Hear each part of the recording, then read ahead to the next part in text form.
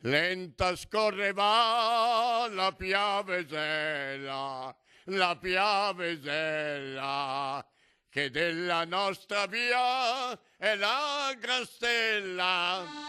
È una versione inedita quella che Giancarlo Gentilini offre di sé attraverso questa canzone che ricorda la gioventù trevigiana del 1948. Lenta scorreva, vedi, al Chiodo nel 1948 c'erano 40 ragazzi e ragazze. In queste 40 ragazzi sono nati amori, simpatie, litigi.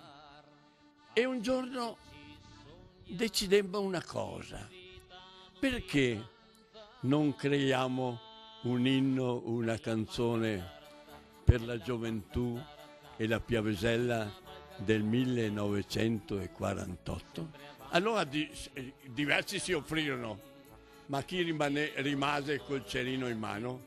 Gentilini Giancarlo, perché aveva studiato musica e suonava chitarra e mandolino. Ci daremo un bacino d'amore.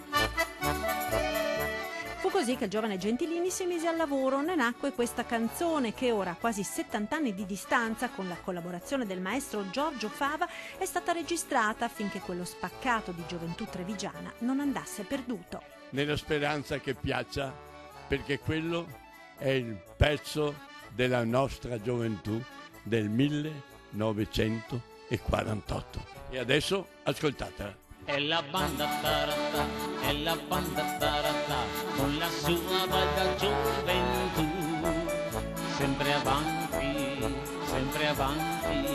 perché indietro non torna